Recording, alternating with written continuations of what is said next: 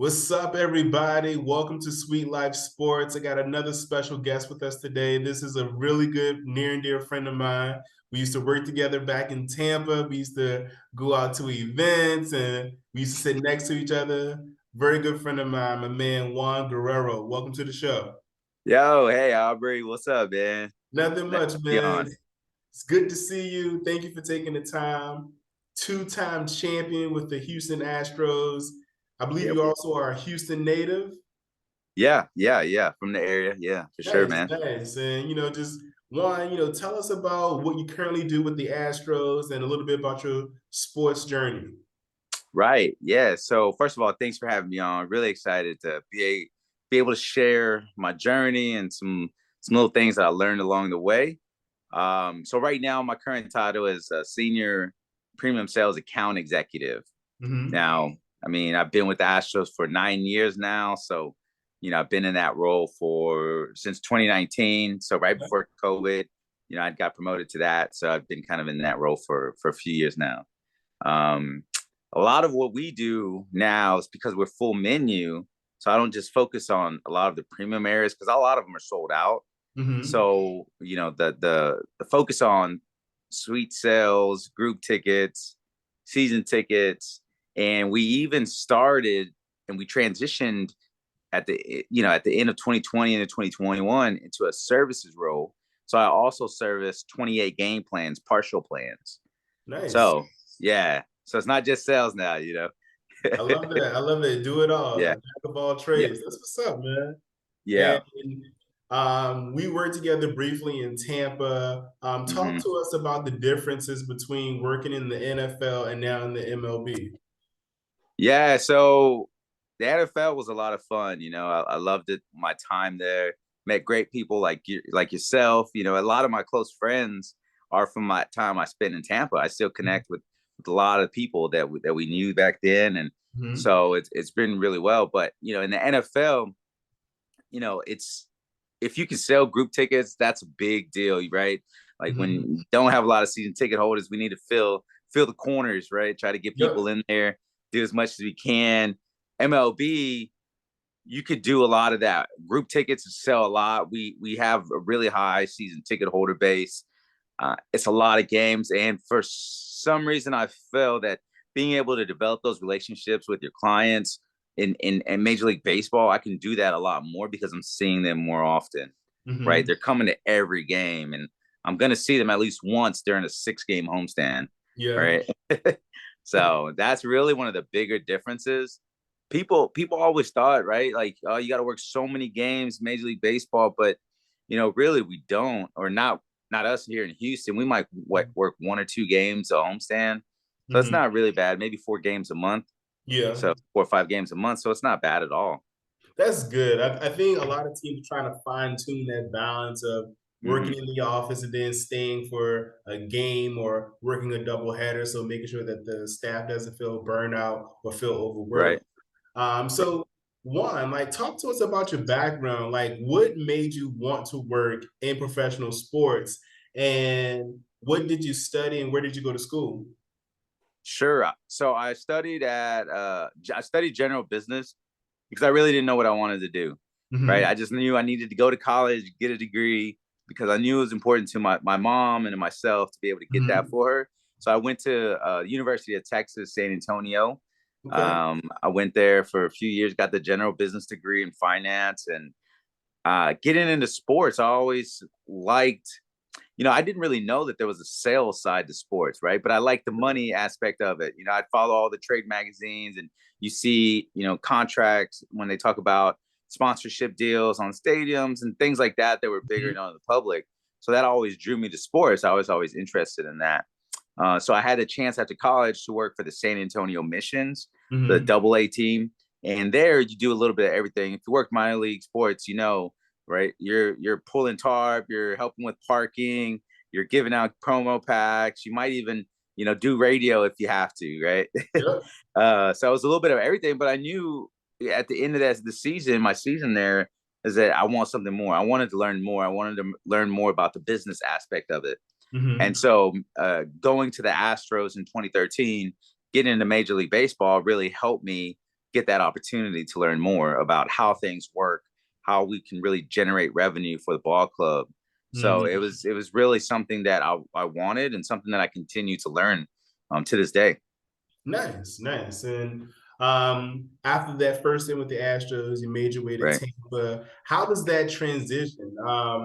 Being from Houston, working in Texas, going to college in Texas, was that your Right. first time leaving the state for like a long period of time? Right. I mean, honestly, it was my first time really leaving the state, like uh, when you're in Texas, you really don't have to go anywhere else. They got everything here. Yep. But that's a funny story how that came about. It's not too funny, but it was like more of an inspirational moment. Is Mhm. that when I was in inside sales, back then it was like, hey, you got a year to year and a half, and then we'll either place you or help you get with the team. Mhm. So the year and a half came, and they didn't have no positions for me, right?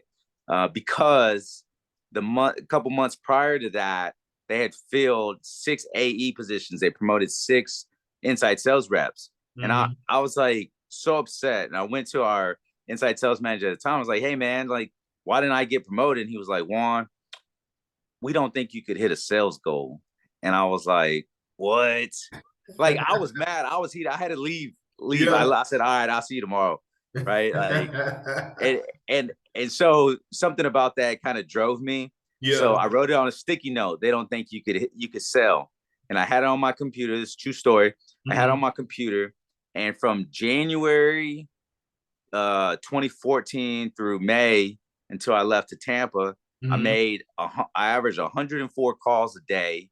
I was one of the leaders in sales revenue, and Mhm. that in the inside sales team, like I just was like put my head down. I was like, yo, I'm gonna prove them wrong, Yep. right? And so like I still wanted to stay, right? Like I was bitter, Yeah. but I was like, shoot, if they can keep me, Yeah. great. But then this opportunity came up, and I was like, you know what? I need to go out there. I need to try it. I Yeah. never left Texas, never lived anywhere else. I never even knew anybody who left to go do anything else. Yeah. Even though now we know that's common, right? You got to move Yeah. around and travel Yep. for jobs, but it was one of those things that was definitely a blessing, right? Like, it pushed me to really dig deep and see, if I really want to do this. And then it gave me Mhm. the opportunity to go out to Tampa. Like I said, I met some great people, some people that I speak with today, like such as yourself. Yeah, yeah, man. Yeah. Like, and that's the thing about this industry. We learn early in our careers that if you want to grow, sometimes you got to go. And Mm-hmm. I'm glad you stepped out of your comfort zone because that's all we do is step out of our comfort zone and find ways to win. And no, we're not winning on the field or on the diamond, but we're winning on the business side by getting that Yeah. face to face, being able to show the value and make Mm-hmm. sure that you're creating experiences for families and or companies. With that being said, like what motivates you to continuing bettering your best? And how do you find ways to improve after being in this industry for such a long time? Yeah, I think every year is a little bit different, right? Like, you can go in with the same game plan. You're like, well, I hit my sales goal last year. I brought in, a lot of revenue. Like, yeah, it was good. But every year things tend to change, whether you're depending on how you want to get better. So for example, this year, I know, we did really well last year, won the World Series. I hit my sales goal, but in the off season, I'm reevaluating everything, and I'm like, man, I don't feel like I put it together. I don't feel like I had a complete year. And I Mhm. was thinking, what could I do? I mean, literally, I thought about this for about 2 months until we got to Christmas. And then I was like, you know what I need to do? I need to be more organized, like more strategic. And then Mhm. I need to really focus on the service aspect of what I do.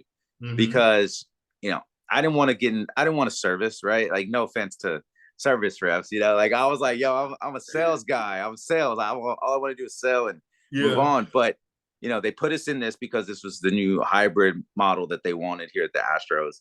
And I Yeah. never really embraced it, right? So Mhm. this year, coming in this year, my goal was to really embrace that sales role, Yep. the sales aspect, the service aspect of it, along with the sales, and really see how I can grow these relationships Mhm. because there's always opportunities for referrals and upsells. And I'm like, I was doing myself a disservice by like being stubborn and Yep. just doing the bare minimum. Right. Yep. So doing that, I mean, we just finished our first homestand and I've met with so many clients this first homestand, and it was just more fulfilling, right? It just everything that we do is more rewarding. I stayed at the ballpark late almost every day, and Hmm. I came home and I told my wife, I'm tired, but I'm not tired because I actually feel like it was a complete day. Hmm. If that makes sense. Yeah, But yeah, and my number one question is, how does it feel to be a two-time champ? And I'm sure that was your hometown team. You're from the yeah. area, and all the drama that comes with the Astros. Like, how does it feel to Whew. know that all your hard work is like, this is why I do what I do? Man, this was just the best feeling in the world to get this World Series, this last one. Yeah. 2017 was amazing, right? That first one, you never forget it. But just everything we went through at the end of 2019 and the COVID year and like everybody like being against us and then Houston rallying together. And then when the Yankees did the "We Want Houston" chant, I was like, oh man. And then we swept them. That was so rewarding, man. I was so happy. And then to finish it off, um, and then one thing too, right? Like, you never get tired of getting rings. So this is my second World Series championship ring, and then for winning the ALCS, getting the World Series, we get ALCS rings, Oh man, American like League Championship rings. Yeah, yeah, yeah. So I got four of them, and we that's actually just crazy. picked up this past year's yesterday. We just got it yesterday. Had a Uh-huh. big ceremony, food for the family, everything. So it was great, man. It was beautiful. It's been a long couple weeks with the first homestand, but getting our ring and yeah, that's always nice because that's what you do it for. Exactly, and congratulations, man. Like, I Thanks. was fortunate to be with Tampa when we won the Super Bowl, and that was just an incredible experience. And to see that so many of the people that we were together with win championships in other leagues and other sports, and I'm Yeah, super proud of you, and I think it's incredible. And you just mentioned how that ring ceremony was able to share that with your family. What does that mean to you, to share that with your wife and your kids and like other family members that's from the Houston area that's watched yeah. you grow from high school, college, to now professional adult, and you're a champion. Yeah, I mean, it means a lot. Everybody's so proud.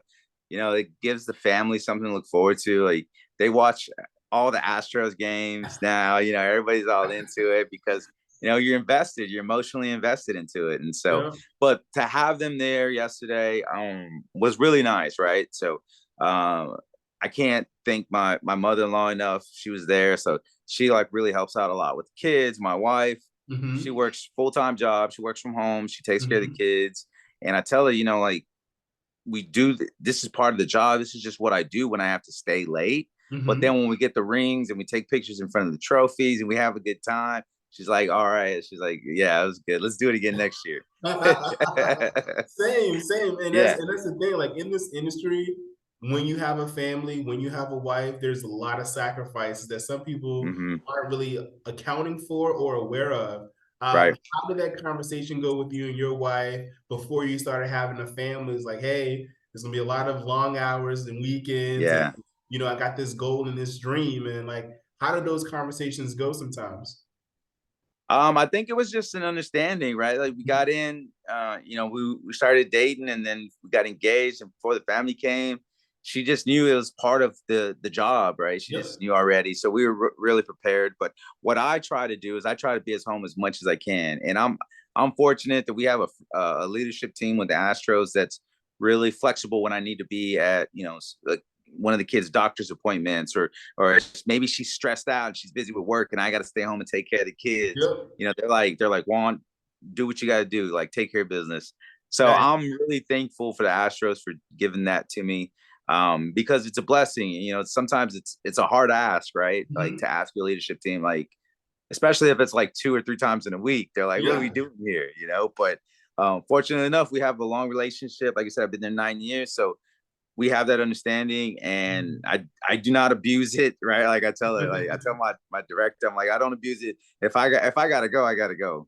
Mhm. And so my wife is thankful too for that. And she's really happy that I can be there. And it's nice to be there with my kids when they're, going to the doctors and getting shots and doing things like that. So Same. but Listen, but man, yeah, it's a I trade-off. Yep, I got a 5-year-old, I got a 2-year-old son, and doctor's appointments, daycares, events at schools, and I'm Right. fortunate to be able to have an employer that allows me to be at those events as well and help out my wife. She also has Yeah. a full-time job, so and it's great to have a spouse that understands this is a lifestyle, right? Like we're Hmm. just not just messing around playing fantasy baseball or playing fantasy football. We're Yeah. legit working and we're making differences in people's lives and also Right. helping companies get face time and add to their bottom line. And Right. how does that feel to you when you prospect a company, they come down for a tour? Like, when do you know you got Man, like I know when they just start asking the buying questions. When them? they're like, when they go, how many people can this hold?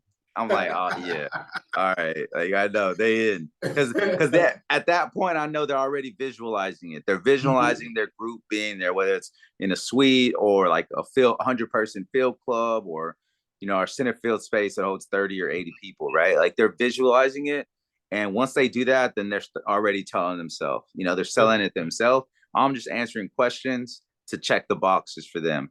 But that's really how I know. And then when they're there in the atmosphere, a lot of things that we can do, because we have a lot of games in the season, is do Mhm. prospect appointments at the ballpark during a Yeah. game. So we can actually give them that feel of what it's going to feel like when Mhm. walking around, and you hear the crowd and they can see the people in those areas where they want to be in. I mean, that's really what sells itself and really Mhm. drives the point home that yes, this is something that they need to do. So Yep. those are key. Those are key. Indeed, indeed. And like obviously with the success that you guys had over the past years, like what are the goals in terms of like clearly you guys are selling out games and you want to Hmm. retain. So like on the service side of things, how has that been how has that impacted the service side of what you do now? Right. Right. So, 28 game plans, partial Mhm. plans is a lot, is what I service. So we have Okay. 3 different plans. And so I service about, not a lot, about 120, 130 accounts, which is, this Mhm. is not too much compared to our full season ticket holder service Yeah. reps. But a lot of what I do with them is, I think my goal is around like 60% with them, Mhm. because a lot of them come and go. They might be first year people signing on just for the playoffs, and then they have the next year. So what I really try to do is really focus on that 60% that always comes back, and Mhm. make sure that uh, I keep in mind that to them, I am the Astros, Yeah. right? Like they got Twitter, they got Facebook, they got everything, but I am the voice of the Astros for them. I I am their love that. contact. I am their bridge. They build their relationship through me, by how I Mhm. interact with them, how I help them. So I always, it's crazy because I always hear them say like, "Oh, like we're not treated as well as the full season ticket holders." And sometimes some people are like, "Well, yeah, you don't you don't have full season, right? You don't have Yeah. 80 something games. You only have 20." But I try to give everybody the same type of service, the same type of attention. And like I said, this year my focus is really on building those relationships more. Yeah, they've been there and they renewed for a couple of years because the Mhm. team's been great. But if I can do my part and they can renew when, wherever not, when, we're not as good down the Mhm. road, you never know. We might just keep this thing going for another 10, 15 years. I'll be happy with it. But yeah, I'm I always consider myself the voice of the Astros. So I stay in a lot of communication with them. I send a lot of emails, especially before the season. I'm constantly following up to make sure that they're just prepared for the start of the season. They don't have any issues. And Mhm. so I think that's been really big, right? I didn't have a lot of clients complain. Everybody loves it. Everybody's happy. Yep. So that goes about 60% for renewal, 65 Nice. maybe. Um, and that's just a portion of what really my focus is, right? Aside from Mhm. new revenue, I think that's a big part where I can make those incremental increases that can make a difference year in Indeed, and year indeed. out. And that's what it's all about, showing someone a Yeah. great experience and being able to ask those hidden questions about growing what they currently do for Hmm. add-ons, then upgrades, asking about different experiences they're looking for. And it's all about the certain type Hmm. of questions you ask. Hey, what milestones are you planning to celebrate this year? And Hmm. how can we, take what you're thinking to the next level? Right. Um, with Right. so many years in this industry and working multiple leagues, like how do you stay motivated and what books would you recommend to someone that's trying to get into the industry or someone that's looking to continuing to improve? Hmm. What books? So one thing with the Astros is that we do book clubs. So Nice. on usually on Tuesday, every Tuesday we'll go over a certain chapter. Right Hmm. now we're reading this book. It's called, I think it's Finding Your True Self or Finding Yourself. Hmm. And it's really good. It helps to learn different personality traits and to recognize, the strengths and weaknesses of each personality. Hmm. And we talk about it in a group, right? It's not like one person leads the chapter. It's we Yeah. talk about it, and everybody shares their experience and what they think they are. If you're getting to a number or a certain type. Hmm. So it's really cool. That's a good one. I think one of the first books that we ever read in my book club was How to Win Friends and Influence People. That one was always a good one, and it gets referenced a lot Hmm. with the Astros because it was the very first one that we read. So I really like that one. And then I don't know, man. There's been a lot over the years, right? Yeah. There's been a lot over the years that I've read. Or the Nice. leader without a title. I don't know if Hmm. you read that. I can't remember the author, but I think that Okay. was a good one too. Nice. Yeah, Nice. I'll definitely add that to the list. yeah, And I got a few more questions before I'll wrap this up. sure. Like, in terms of like your professional life, how do your experiences there intersect with your personal life? Like, obviously, you're from the area, so you grew up Hmm. for the team, but like with adversities or sales that don't go through, how do you find ways to balance that out in your personal life? Um, Man, you talk about adversities. I mean, with what we went through in 2019, that was so tough, man. That was like because everything you believed in, right? Like as a salesperson, you're like, nah, this can't be real. This can't be real. And then you're constantly defending yourself and the team, and you're like, I didn't do nothing. I didn't do anything. Like, what are you talking about? Like, but that's the switch had to do, right? But Yeah. I think it's found. I think I found that you have a deeper connection to the city and the team, having Mhm. gone through those adversities, having gone through the struggles. Right, we won and we went back to the World Series, and then we lost in 2021 to the Braves. But it's those adversities that keep building that connection, so that when you win, like we did this past year, it just feels Mhm. that much better, Yeah. right? The city rallies around you.